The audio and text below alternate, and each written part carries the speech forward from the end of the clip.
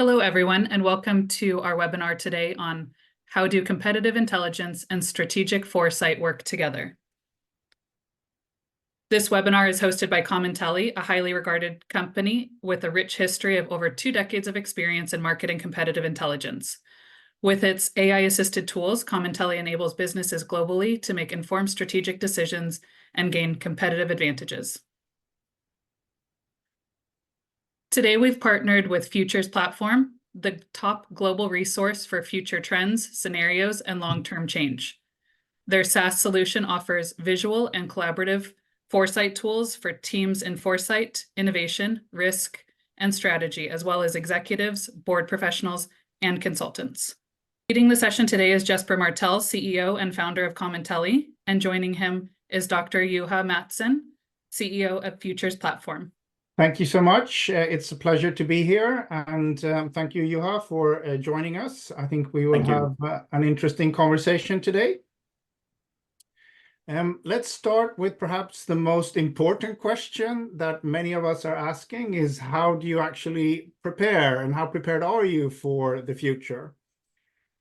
I think from our side, coming from the competitive intelligence side of things, I think we've seen a huge interest in CI in the last 4 or 5 years. It's amazing to see that magazines like Harvard Business Review and Gartner and these types of publications are suddenly starting to notice competitive intelligence and recognizing its importance. And of course, this has to do with COVID. That there's been wars and inflation and climate change and earthquakes and new technologies, AI. So a lot of things, I think, coming together that are happening globally and all at once, all at the same time. And that I think is leading to this increased interest both in CI but also in foresight. How can we maybe not predict this, but how can we be prepared for all these future changes? And I'm sure, Juha, this is something that you see as well. Absolutely. We are looking at very similar things, but with different lenses. We're looking things from the futurists' lenses, which I'll speak a little bit more later on, but focuses predominantly more than 10 years ahead, how the world is going to be and what kind of things could be there. But the main beef is still the same. It's about making your organization more vigilant, more ready, stronger by analyzing these things and being aware of them and being prepared. And I think for both of our disciplines, I think there are a lot of strong driving forces, as we mentioned, that are really pushing for this kind of preparedness. I sometimes use the analogy of earthquakes. Earthquakes, especially in places like California, etc. People know that they're going to happen, but you don't know sort of exactly where or exactly when or how big. But you can be prepared by having early warning systems and emergency crews and resilient buildings and things like that. So we know things are going to happen, and it's up to us to be as prepared as we can. Absolutely. So that's, I think, where we're coming from, and this is positive for both CI and foresight, that there is an increased interest in being prepared for the future. But I think, at least from our perspective, and I've been working with CI for the last 20-25 years, there's always been kind of this maybe not confusion, but it's been there's been a lot of questions on what is competitive intelligence, scenario planning, strategy, foresight, strategic foresight, and I think sometimes it sort of it gets a bit blurry. I don't know what's your experience from your side, Juha? It's blurry, and likewise when we speak about analyzing the future, sometimes it can go also the other way around in the way that people like, okay, so what kind of data can you give about these things that could happen in the 2030s? And then we need to go like, well, because we're speaking such a new things that don't yet exist, so obviously we can't have any data on them. No. So it's very different kind of analysis. But at the same time, I have to remind everybody here that future studies is an academic field of its own. So there's established methodology on that, and it's being studied by futurists all the world all the time. So it's just that the methods and maybe the data sources and ways of analyzing it are a little bit different. But we'll come back to that later today, I hope.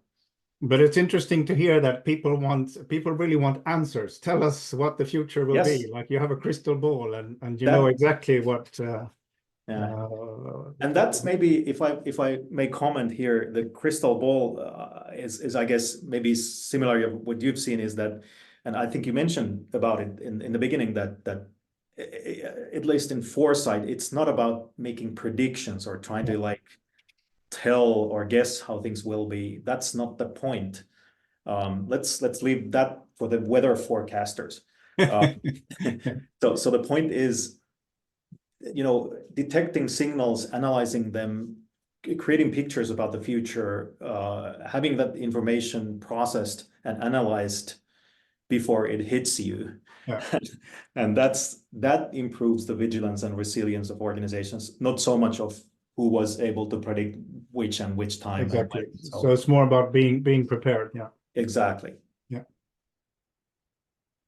We thought before we dig in to this in a little bit more detail, I'll talk a bit about competitive intelligence and you'll explain foresight a bit more. But we thought since we have quite a number of people joining us today, we thought we'd try a little poll and ask a quick 3 questions to our audience today.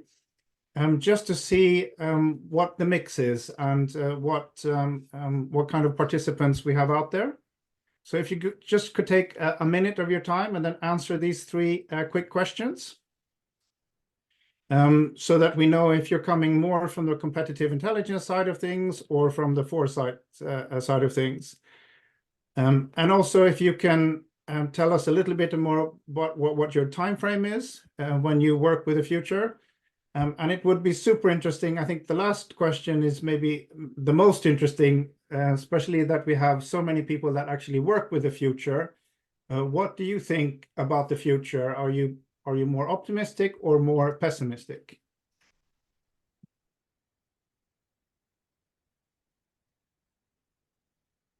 Great. See some answers coming in here. We seem to have about, I'll give you another 20, 30 seconds to respond.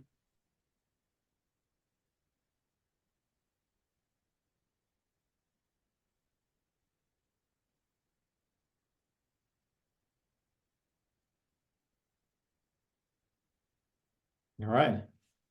Great. So here we see the results. We seem to have quite a good mix between competitive intelligence and foresight, with a few other people as well. So that's good. That means that everyone can learn a little bit in this session. It's interesting to see that most of the people are looking further ahead than 3 years. Very few are just looking 1 year ahead in time, and that's maybe because of the topic. But quite many people are looking 10 years and beyond, which is far ahead. And then the last questions, any thoughts on that, Juha? It seems to be, it's nice to see we have an optimistic audience at least. Yeah, that's I'm really nice to see that kind of a result here. Yeah. And we have literally zero in being pessimistic. 0 pessimists on this session. So thank you for that. Yeah. Great. It's nice just to see a little bit of a mix and who we're here. We have both CI people and also foresight people, and hopefully we can find a balance or a bridge between these two disciplines. So let's dig into it in a bit more detail. I'll start just by describing how we see market and competitive intelligence. And obviously, I mean, CI is very much more about the here and now. It's very much about knowing what your business environment is like. And we often use this picture to illustrate that. This is based on, of course, on Porter 5 forces. When you work in CI, you look at all the different actors that are in your business, your suppliers, your competitors, of course, potential new entrants, substitute products, and your customers as well. So I think this is a typical framework in competitive intelligence, which is very common. And I think the main thing here maybe is as we saw there are different parts of CI, but CI is typically looks about 1 to 3 years ahead. And the main purpose of CI, I would say, is to sort of look outside of the window. You look out from your organization and into your environment and try and make sense of that. So it's mostly you trying to navigate the road and finding the best way forward when you're driving your car. That's, I think, how you could describe CI, to be on the lookout for that. And the value of this, of course, is well, there are many areas where you can apply CI. I'm listing some of them here, but of course, strategic planning, sales and marketing support, competitor analysis. We do a lot in innovation, R&D departments, finding new technologies and things like that. And there are, of course, lots of values to this. You can, I mean, if you use CI, for example, to win a deal over a competitor, then that has immediate value, and you can increase your revenues. If you can maybe consolidate your content sources, you can do cost savings, become more efficient. So I think there are many benefits of CI, but we still find that they are quite hard to measure and quantify, even in that short period of time.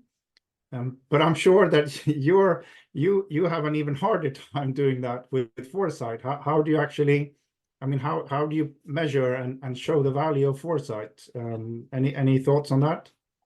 Yeah, that's an always returning question. Yeah, Obviously, I can imagine.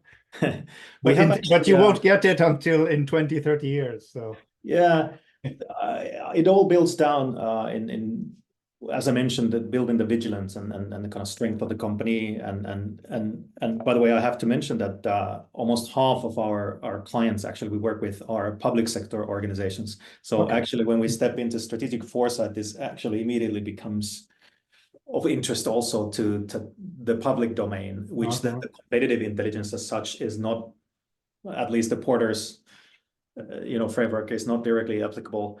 But there's really interesting stuff like, we have multiple countries' tax offices working with us, trying to understand how metaverse is to impact the field of taxation. And as you can see, this already is a kind of question that probably is not at the lips of an average. How do you measure that? Yeah.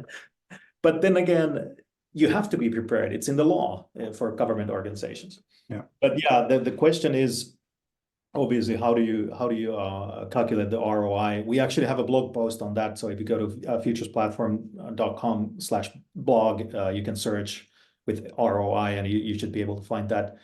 But basically, it boils down to be mitigating the risk. So if you think of where, for example, company valuation is built on, so it's built on the formula comes from finance. It's increasing revenues, decreasing costs. Yeah. And reducing risk, which means less volatility, and actually we are also be able to influence all of that, because it's a lot about identifying, of course, with the longer term, but identifying the opportunities and also identifying potential risks and mitigating those, and then reducing the volatility and risk inherent in the business. And all of these actually speak towards higher valuations if you go to the kind of stock market type of valuation. Of course, with a more than 10 years horizon, you know how the coefficient works. So maybe the valuations impact is not so high, but inherently it builds into strength and improved strategies. Mm-hmm. But it's interesting to note that so many of your customers are in the public sector, because and whilst we are almost only in private sector, and also, I mean, in private sector, there's much more competition. So that element is really something, it sounds like that really doesn't exist in foresight. You're not looking at competitors because, Yeah. It's like the competition in that side, it's mainly you can see it like in geopolitics and like that kind of country level things. Countries are competing with each other. Yeah, but even there, the competition is different. It's more like a race rather than you know, trying to directly compete. Yeah, no, we're all part of one planet. Yeah, exactly. Yeah. Great, but moving on just a little bit on CI, I think this is a picture that we use to describe the different components of competitive intelligence. And I mean, when you do with CI, you work with a lot with media monitoring. A big component of CI is actually the left-hand side here, where you monitor news and signals that are coming up. Then you are typically looking at things that you already know. You know who your top competitors are, you know who your customers are, and which products that you're monitoring. So quite well-known entities that are easy to track, but still important to be able to position yourself in the market and in your business landscape and against your competitors. So that's one part of CI. But then we have this sort of also, I call it strategical and tactical axis. That some CI that our customer use is much more tactical and focused on today, maybe not even a year, maybe just they look, just 3 weeks or 3 months ahead. They want a battle card or a win-loss analysis on this specific competitor and in this product right now, because we have an offer or a deal with them. So that's very much here and now. But then also within CI, there is this sort of discover part where people are looking at finding new things that they perhaps aren't aware of right now. And in our space, that has mostly to do with, with maybe finding targets for mergers and acquisitions or new products that they want to develop. So still quite within 3-4 years time frame.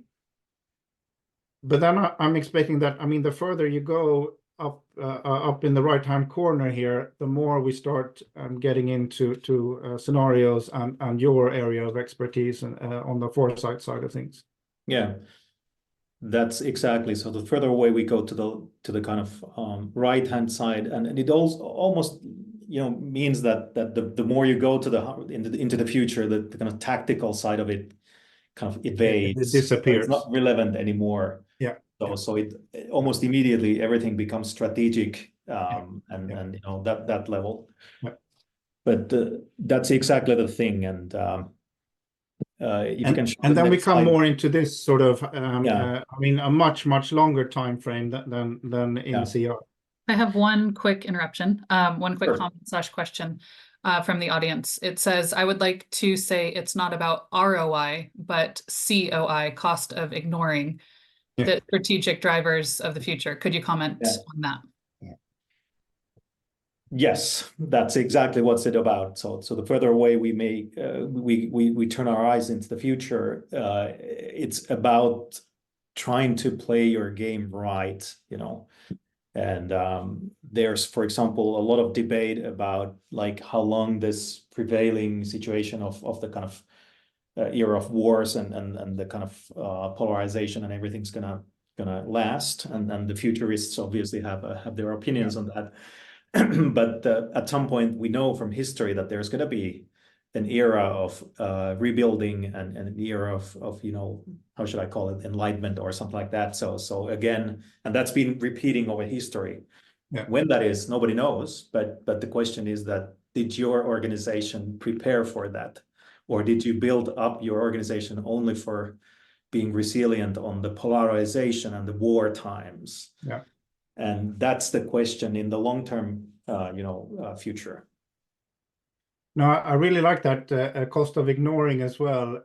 There's a very classic example in competitive intelligence as well with Kodak, the filmmaker that everyone knows, that doesn't exist anymore, and they were sort of hit by digitization and digital cameras. But I think that's really an example of cost of ignoring something that's coming.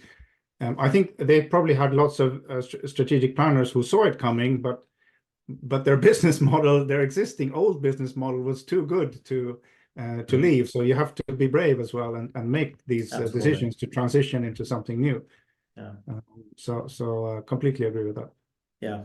And in also actually in foresight, we also, you know, work with what we call signals. But even there, the meaning of signal is maybe a little bit different than depicted here. It's usually we speak about like the future weak signals or something that could become something in 10 years, but not necessarily something that would tell you about the tactical environment at all at this moment, because it's still so vague. It could be a technology that's just emerging, or, you know, it could be a, you know, I mean, pandemic, you know, there's a lot of things that the people already know and futurists already knew that could happen. For example, a pandemic. I think our futurists detected that back in 2016, that, you know, and WHO even earlier, you know, we started the company in 2016. You know, the current war going on in Ukraine was something that our futurists detected and described in 2019 and so forth. So these things happen, but like I said, it's not about, you know, who got it right, but it's more about detecting those signals. Then there's trends, then there's mega trends, then there's what we call future phenomenon. That's actually what you can see here. It's a screenshot from our foresight radar with the dots. Those would be what we call future phenomena. So it's basically any change of relevance in the future. Could be mega trend, and so forth. But like I said in the beginning, the methodology is somewhat different. You might not have any reliable, at least quantitative data. Some of them might be just signals or ideas, but they still hold relevance, even though it's not anything like concrete or practical yet. Yeah. Many of them are practical. So for example, the ones that are on green there, the green light in our taxonomy means that it's strengthening trend. So it basically, you know, you can see, for example, 3D printing metal there. It's not yet widespread, but it's existing. It's doable. There are solutions. So it's kind of strongly growing already. But that's where we situate ourselves. And then another thing I wanted to say is the foresight cycle, and this might be very similar also in competitive intelligence, but maybe that's more staying on the pulse, and this might be a little bit, you know, less speed in it as you go through the cycle. But these are basically the things you would do when you operate a systematic foresight process in an organization. So you obviously gather futures intelligence, as we call it, and like I've put here, it's got signals, but trends also, and we call horizon scanning, means that the idea of going around everything that you can find basically on the domain. Then you start visualizing, analyzing further, working with your team. Then at some point, when it gets strategic, you start working with scenarios and you know, reflecting the implications to your strategy, maybe creating reports. And then there's, of course, the kind of continuous monitoring phase of foresight as well, that once you've done the scenario work and identified those key things, obviously you would want to monitor them as well. That's roughly the scene we operate in. And this just reminds me of I'm reading this book now by a guy called, I think is Morgan House or something like that. It has to do, he's an investment person, and he's written a book about psychology of money, and he looks sort of on how you should do your investments and risks, and it sort of ties in a little bit to this. But I wanted your opinion on, because one thing he says, his latest book is called Same as Ever, and I see here, and this is I think quite typical, is that when you look to the future, you're trying to find everything that is new, everything that will change or be different in 5 or 10 or 15 years. But from an investment perspective, Morgan argues that it's almost equally important to ask yourself the question, what will remain the same in 10 years or in 50 years even? Any thoughts on that? Sort of looking at what's stable now and what I we can totally, count on being the same in the future? yeah, I think I totally agree. I think that's a key thing, that it's always this kind of a balance of keeping things the same versus changing them, and some things you can affect and some you don't. And of course, what we do, and mostly the things we deal with our clients, and the kind of our analysis is about those things that are likely to change. Yeah. Because the assumption in a way is that certain things, without if there's no change detected, then it's going to be the same. And then you have to deal with that. You have to be prepared Yeah. for certain things will actually, I mean, people will need food and houses and Yeah. clothes, and that will be the same. But then even there, I would add that almost all domains do have those things that are likely or could be changing. Even like food chain and these basic things like that. There's multiple things actually, as we've studied it, that are likely or could be changing in the next even 2 decades or something, in terms of how people, what kind of food and how the food is produced, and all everything related to that, globally. So in a way, also what comes to my mind is also, yes, there are those things that will most likely stay the same, but then almost all domains we deal with, there is something to change also. Yeah, no, people will still be eating, but you don't know what they will be eating. Yeah. They And need how some that's sort of produced energy into their Yeah. bodies somehow. Yeah, Exactly. yeah. No, it's interesting. It's super interesting. Yeah. I have another question. How can you use foresight analysis focusing 10 plus years ahead in competitive strategy? You may not even know if the players or markets are the same after 10 years. So how do you plan for that? Yeah, that's a very good question, and I was thinking also that question when I was preparing for this discussion. I think it depends, first of all, whether you speak about like the direct competition where you can name the actors, versus the kind of what I call the diffuse competition, which is about like markets and market sizes, and which is the optimal market for you as a company to operate in. And then if you take the latter one, then the foresight analysis becomes much more relevant, because you need to stay. You don't know exactly who the competitors are, but that's easier. That's easier on our side. Yeah. So if you can, you can still say that if there's going to be this and this new technology, probably our markets we operate currently and the products we have and are currently competing with, they are going to shift into that direction. We don't know yet what new players there's going to be, but at least it's still very important even from a competitive perspective, I guess, is to understand where the markets are headed, how new technology or geopolitics or any other factor emerging from somewhere are likely to impact the markets we're operating right now or our product offering right now.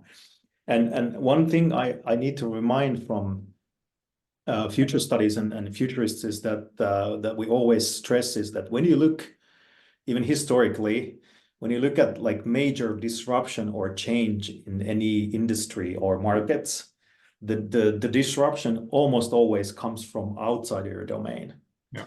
And that's interesting when we start speaking with certain prospects, clients with us. So always almost the first question is like, okay, so I'm from the energy industry. So how much do you know about the energy industry?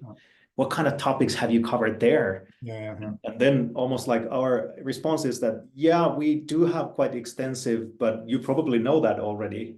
But actually, that's not where you should look into. You should look everything else around you. And that's where the change is going to come into your industry when we speak about like 5 to 10 plus years now. So things like Airbnb and how hotels, or is that a good example of that? Yeah, it came from outside. It's The disruptions can be like, how would I say, like risk disruptions, like wars or pandemics or whatever similar societal, climate change, these kinds of things that kind of they come from outside of your domain. Then of course you have technological innovation and these kinds of things which are more readily from your domain, but even them, they can come, and impact your domain but Yeah. still come from outside the domain. So Yeah. so AI No, is and I guess that's why it's almost impossible to predict as well, because I mean it's easy to predict if everything is more or less the same and you know who you're looking at, then future prediction is really easy. But I'm guessing it's all these surprises and disruptions and things that you haven't prepared for that is difficult to face. Yeah, but having said that, I kind of think that the kind of most concrete tactical input from into competitive intelligence comes from more the kind of short-term information that you guys at Comintelli are working with more directly. But both, it's a balance, I think. You need to balance like having every company obviously have their strategic vision and you know all that, but you need to be contesting and developing and kind of acid testing that vision all the time. Yeah. So that's the thing. Yeah, no, that is a nice handover to the next slide, which is exactly about this, as you say, balancing these two forces. And I guess that's the tricky part. I mean, we understand competitive intelligence can be the foundations. You have good track of what's happening right now. But then as the future, as you look further and further ahead in time, you have different perspectives and you have to look at things from a different angle. Absolutely. And I'm thinking, I mean, see if you think this is right, but I mean, in CI, the foundation, we help the drivers drive the car and look out of their window as far ahead as they can and detect any dangers or anything that they have to avoid. But it almost like with strategic foresight, it's almost like you are, you know, creating the whole map in a sense. And sort of redefining the whole landscape. Yeah, and that also raises the importance of like you mentioned here, the methods like scenario analysis. And as you know, well, there are all kinds of scenarios, and you use the word scenario when you describe like this year's budget options. You know, those could be scenarios. But in our world, scenarios mean a kind of medium to long term future, you know, description of a state of the future. You know, in futurist thinking, futures is always, that's why we are futures platform. So it's always plural. So you have it becomes singular only now. So everything beyond now is always plural. Things could go differently, and the further away you go, the more the plurality, you know, in a way increases. And what's the furthest that you have ever looked into the future? How many years? I think in some of the analysis, I was just pinpointing in LinkedIn today. I posted about an analysis that I've discovered. Just we have, you know, more than 1,000 of these on our platform. So every day almost you learn and discover something new there. But this was it was titled like downloading your brain. So basically, it's a kind of idea of a technology where you could actually somehow see the contents of your brain and downloading that. But and that's about in 7 or 8 years or something. Yeah, our futurists, as part of the analysis, that they always try to depict the kind of likely timing of strengthening of when it will really become viable, if it will ever. And I think with that, I think it was a weak signal or a wild card. I think the timing was 2065 to 2000 to 2100. So we don't have to worry. I'll be out of exactly.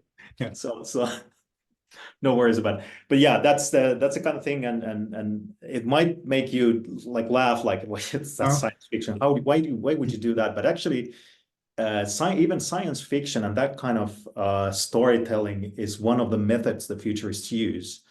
It helps you to describe and enrich you know, certain scenarios and certain analysis.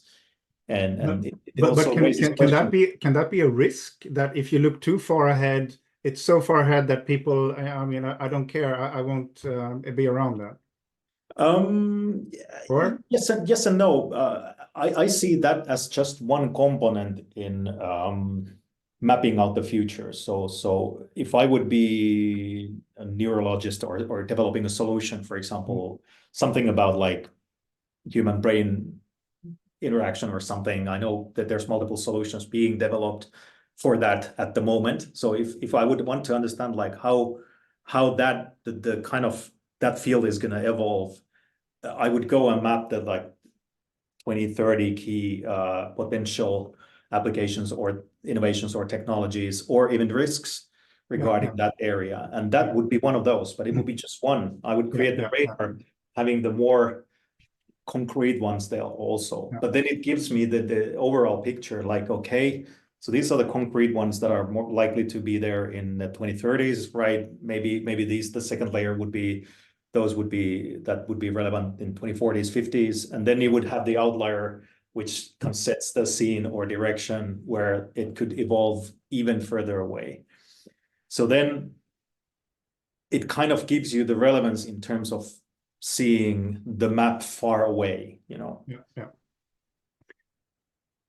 Well, let's move on a bit, and before we get into the question and answer part, maybe a little bit more hands-on how to bridge this gap. I think we've made it clear that, I mean, CI is more maybe looking here and now, up to maybe 3 to 5 years, and then in foresight is about maybe 10 years and beyond.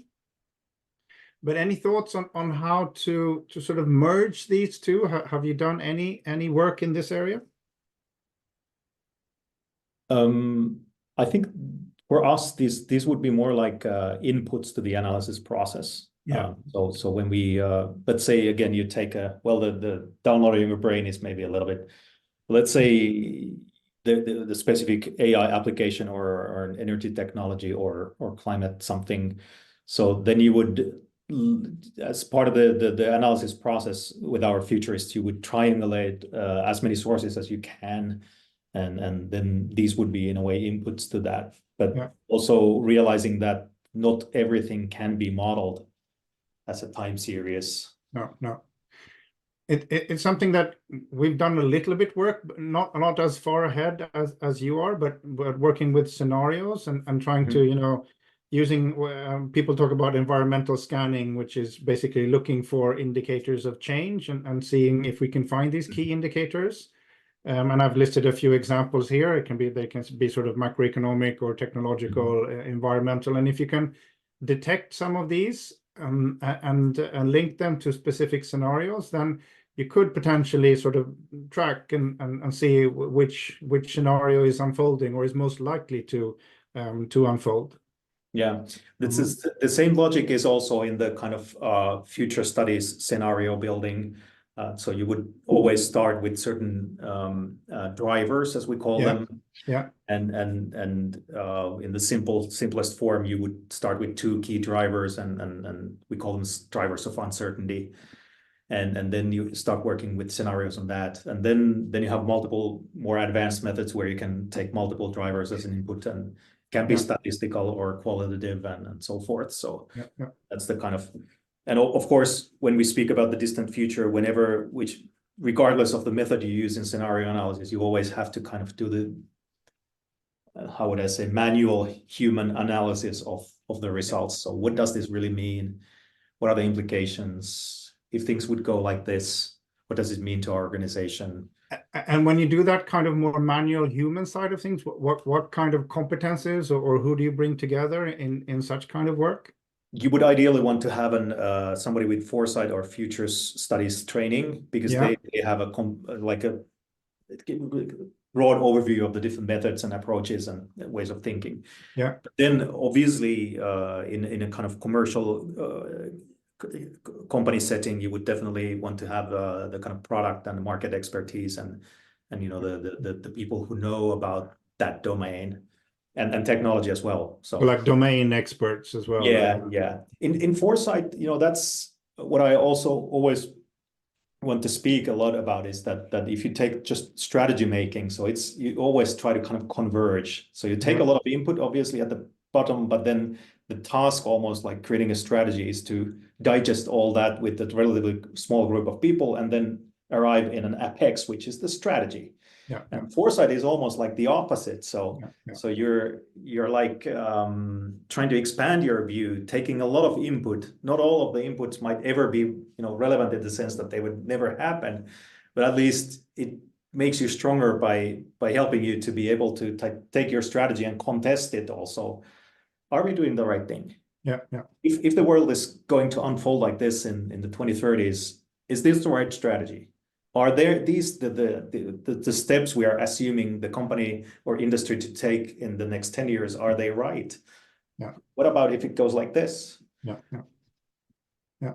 So And having, sorry to interrupt, is that then complementing that with like the more near-term signals like you would be producing on your platform, that would be the ultimate combination, because then you had the idea of the different scenarios or paths, but then you would how also they're have unfolding, which ones is most. at least given the data for the next, I don't know, 3 to 5 years, it seems that we're going into that direction, or the world is going to that direction. So.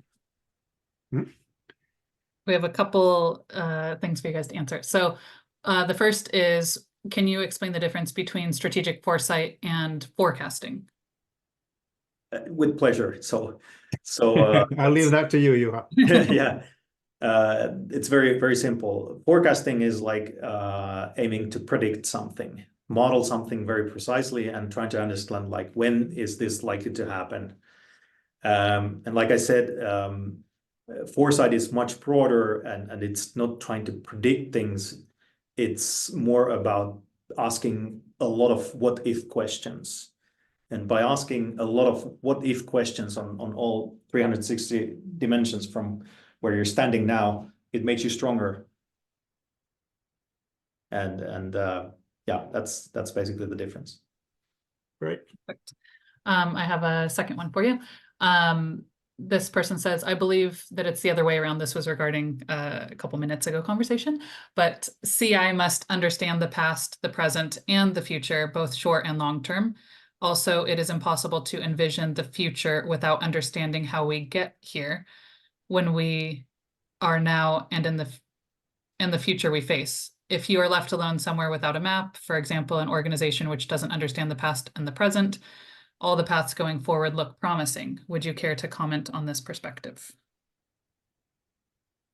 No, I totally agree. And I think that's a little bit what we've been saying, is that you need this foundation. You need to know where you are, where you've been, to be able to figure out where you're going as well.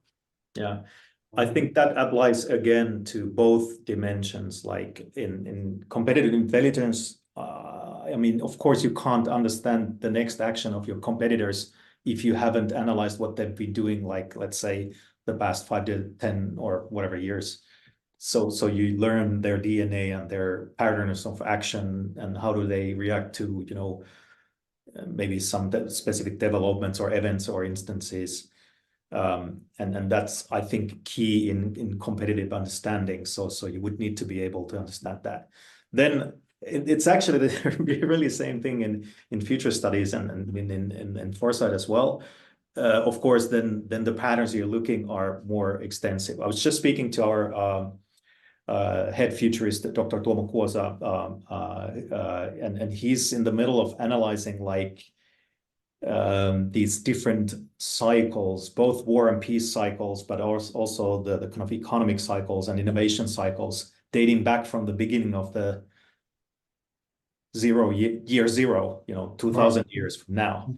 And actually, for example, the war and peace cycles, they actually, lo and behold, they actually repeat on certain relatively predictable patterns. Of course, relatively means that there might be 5 to 10 years differences in when things happen and unfold, but they've been repeating themselves. Yeah, and then you again understand the past to understand the future. Yeah.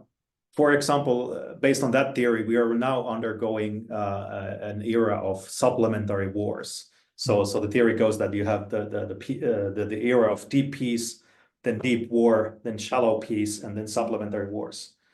And if those years are roughly going to hold, then the new era of deep peace will begin in the 2030s. That's an you can see that pattern looking at data going back. Yeah, there's academic research about that. Yeah. and and it's quite strong because those patterns have been repeating over and over and over again. Yeah, yeah. And the same Great. goes with innovation and economic cycles as well. Yeah, yeah. Let's start wrapping up a little bit and leave some room if there are any additional questions. But I mean, some of the benefits of using both CI and foresight are as we've discussed already. This, you get a more holistic perspective, past, present, future. You can connect things. And again, being prepared, reducing risk, being proactive when you make decisions. I think we've already touched on many of these things here. But again, CI maybe where you are today more, and foresight maybe where you could be, and sort of painting a bigger picture, not so much focusing maybe on immediate competitors. I think. Yeah. It is sort of just to try and summarize the discussion so far. Absolutely, and this is actually interestingly, I'd like to point out that this is also which we are seeing many organizations, both in the public sector and private sector, are building also like entire like systems where they integrate like different tools like ours, and like Comintelli, and they kind of even going as far as building like their own dashboards and getting these different things. And it also shows the fact that it's here on this slide that it's almost like the cockpit view in a way, the how would you describe, like being on the pulse, both on history, on what's happening now, what's happening very soon, and what's happening probably, or what could be happening in the distant future. And this is surprisingly also something we are being seeing in even in governmental level, that there was, for example, one country's government, they are thinking of building this automated policy making system, as part of which they would have a kind of similar intelligence platform telling like what other countries are doing on these things in their legislation and policies.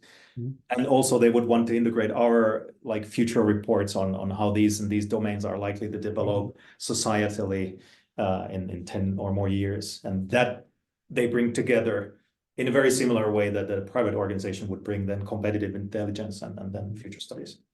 And just curious, I mean, you work with many different organizations and countries as well. Do you see that different regions of the world have different views of the future, and sort of, or is it, or does it sort of come together that the future is more or less within this area, or can you see that there are very many like totally different views? It depends on the dimension. I think that's how I would say that of course, if you go to the geopolitical things, then you could have radically different views of things like that. But then when it comes to technological innovation or large scale societal change or consumer patterns or climate and things like this, nature, science, then they are more unified, obviously.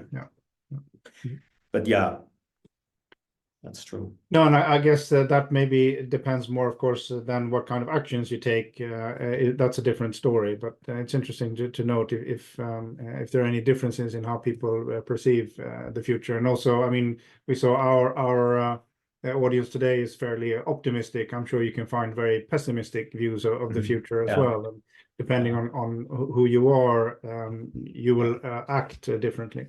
Yeah, I would though add here that based at least on my experience on speaking to our clients and people from different parts of the world, it's differences in those things are more at the individual level rather than national level. So you can't really say that people from that country are seeing the future this way and people from that country are seeing it this way. Maybe in geopolitics, yes, to some extent, but even there, it's more on individual level differences in these things, I think. Interesting. Great. I think we've arrived to the Q&A part, and we've had a good discussion so far.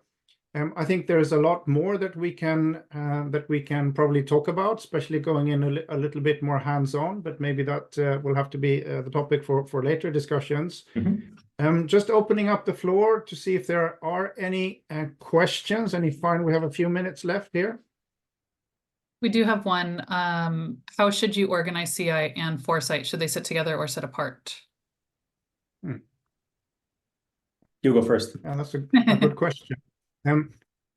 I think when we work with CI is usually more when we find them in sort of strategic planning, business development type of departments, and they have a different purpose. Whilst foresight, I'm not sure where are they located within organizations.